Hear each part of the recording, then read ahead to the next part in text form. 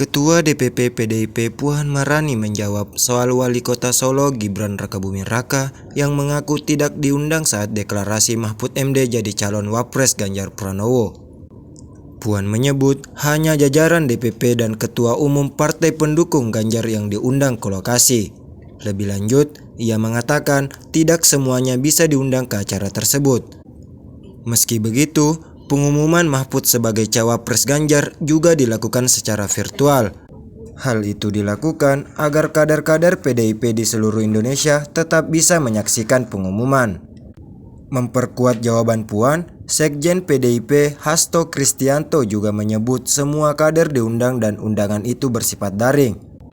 Hasto menambahkan seluruh pilar partai PDIP seperti eksekutif partai seluruh tingkatan, legislatif partai seluruh tingkatan, bahkan DPP partai mengikuti secara daring.